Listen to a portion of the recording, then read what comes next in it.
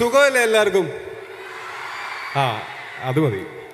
വേദിയിലും സദസ്സിലും ഇരിക്കുന്ന വിശിഷ്ട വ്യക്തികളെ, ഈ ഗംഭീരമായിട്ടുള്ള കലാമേള സംഘടിപ്പിച്ച പ്രിയപ്പെട്ട സംഘാടകരെ, അധ്യാപകരും അനധ്യാപകരുമായിട്ടുള്ള മറ്റ് പ്രിയപ്പെട്ടവരെ, ഇതിലെ വോളണ്ടിയേഴ്സ്, ഇതിൻ്റെ ഓരോ കമ്മിറ്റിയുടെയും അംഗങ്ങളെ, എൻ്റെ പ്രിയപ്പെട്ട അനിയന്മാരെ, അനിയത്തിമാരെ, പൊതുവെ അങ്ങനെ ഭയങ്കരമായി സ്പീച്ച് പ്രിപ്പയർ ചെയ്ത് വരുന്ന സ്വഭാവം എനിക്കില്ല. എനിക്ക് ആ സമയത്ത് നമ്മുടെ ഔചിത്യബോധം ഉപയോഗിച്ച് എന്തെങ്കിലും സംസാരിക്കുക എന്നുള്ളതാണ് ഞാൻ ചെയ്യാറുള്ളത്. പക്ഷേ എനിക്ക് മുമ്പ് സംസാരിച്ച, ആസിക്ക് മുമ്പ് സംസാരിച്ച രണ്ടുപേർ ഭയങ്കരമായിട്ടുള്ളൊരു ഉത്തരവാദിത്വമാണ് ഞങ്ങൾക്ക് തന്നിട്ട് പോയത്. അവരുടെയൊക്കെ പ്രസംഗം ചുരുക്കി ഞങ്ങൾക്ക് പ്രസംഗിക്കാൻ കൂടുതൽ സമയം തരിക എന്നുള്ളത്. അതോടുകൂടി ഞാൻ ഓർത്തു വെച്ചിരുന്ന ഒരു 3-4 പോയിന്റ്സ് മറന്നുപോയി, ടെൻഷൻ അടിച്ചിട്ട്. എന്നാലും ഒരു 3-4 വെച്ച് അഡ്ജസ്റ്റ് ചെയ്യാം എന്ന് വിചാരിച്ച ആ 3-4 ഒരു 3 ആസിഫ് പറഞ്ഞു കഴിഞ്ഞു. അതോടുകൂടി കാലിയായിട്ടാണ് ഇവിടെ നിൽക്കുന്നത്. പക്ഷേ ഇന്നിവിടെ നിൽക്കുന്ന സമയത്ത് വളരെ സന്തോഷം തോന്നുന്നു, അഭിമാനം തോന്നുന്നു. സ്കൂളിൽ പഠിക്കുന്ന സമയത്തൊക്കെ ഞങ്ങളുടെ ജില്ലയ്ക്ക് 1ാം സ്ഥാനം കിട്ടിക്കഴിഞ്ഞാൽ ഒരു ദിവസം അവധി കിട്ടും എന്നുള്ളത് മാത്രമായിരുന്നു എനിക്ക് ഈ സംസ്ഥാന സ്കൂൾ കലാമേളയുമായിട്ടുള്ള ബന്ധം. എന്നിട്ട് വിധിയുടെ വൈപരീത്യം എന്നൊക്കെ പറയുന്നത് പോലെ ഞാനിപ്പോൾ പ്രവർത്തിച്ചുകൊണ്ടിരിക്കുന്ന മേഖല കലാരംഗമാണ്.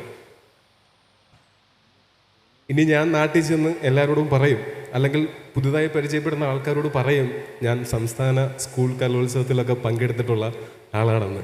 നന്ദി, എനിക്ക് അങ്ങനെ ഒരു അവസരം ഒരുക്കി തന്നതിന്. Thank you.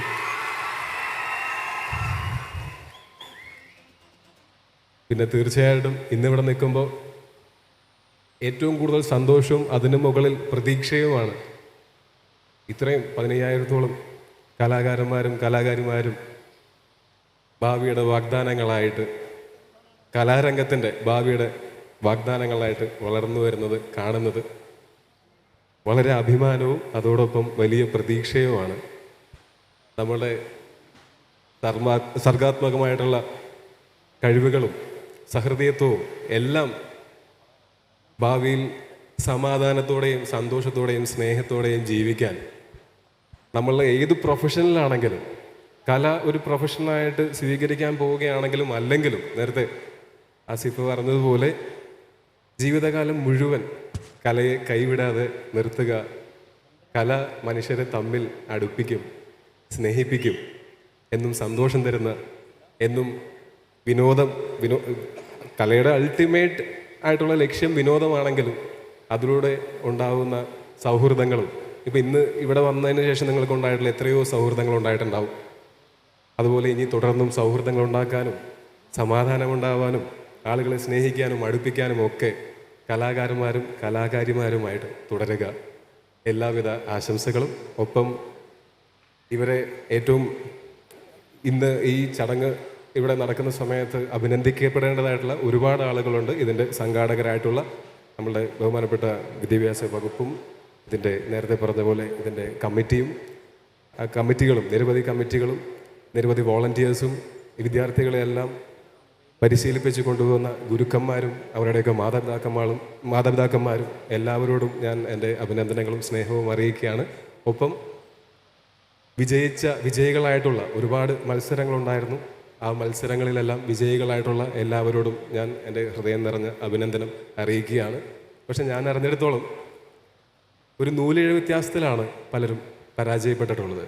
അതുകൊണ്ട് പരാജയപ്പെട്ടവർക്കും എൻ്റെ അഭിനന്ദനങ്ങൾ. പിന്നെ ഞാൻ 2-3 ദിവസം മുമ്പ് ഞാൻ ഒരു വീഡിയോ എൻ്റെ ശ്രദ്ധയിൽപ്പെട്ടിരുന്നു. അപ്പോൾ കഴിഞ്ഞ തവണ മമ്മൂക്ക വന്നപ്പോൾ മമ്മൂക്കയും അതുപോലത്തെ ഒരു വീഡിയോ കണ്ടതിന് ശേഷമാണ് എന്ത് വസ്ത്രം ധരിക്കണം എന്നുള്ളത് തീരുമാനിച്ചത്. ഞാൻ ആ വീഡിയോ കണ്ടപ്പോൾ എനിക്കതിൽ ഏറ്റവും സന്തോഷം തോന്നിയത്, ഞാൻ ഏത് വേഷത്തിൽ വന്നാലും കാണാൻ ഇഷ്ടമാണ് എന്ന് പറഞ്ഞു കേട്ടപ്പോൾ ഒരുപാട് സന്തോഷം തോന്നി. ഒരുപാട് നന്ദി, ഒരുപാട് സ്നേഹം. പക്ഷെ ആ കൂട്ടത്തിൽ കുറേ ആൾക്കാർ പറഞ്ഞു, കറുത്ത ഷർട്ടും വെളുത്ത മുണ്ടും എടുത്ത് വന്നാൽ നല്ല രസമായിരിക്കുമെന്ന്. ഭാഗ്യവശാൽ എൻ്റെ കയ്യിൽ ഏറ്റവും കൂടുതലുള്ളത് കറുത്ത ഷർട്ടുകളായതുകൊണ്ട് എനിക്കത് വളരെ എളുപ്പമായിരുന്നു.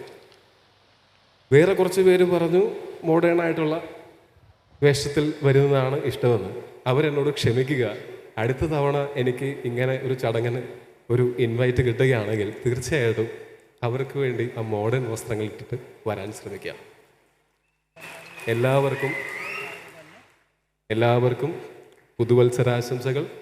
ഈ വർഷത്തിലും ഇനി തുടർന്ന് അങ്ങോട്ടുള്ള വർഷങ്ങളിലും എല്ലാവർക്കും സന്തോഷവും സമാധാനവും സമ്പന്നതയും സംതൃപ്തിയും ജീവിതകാലം മുഴുവൻ ഉണ്ടാവട്ടെ എന്ന് ആശംസിക്കുന്നു. എല്ലാവരോടും സ്നേഹം, എല്ലാവരോടും നന്ദി.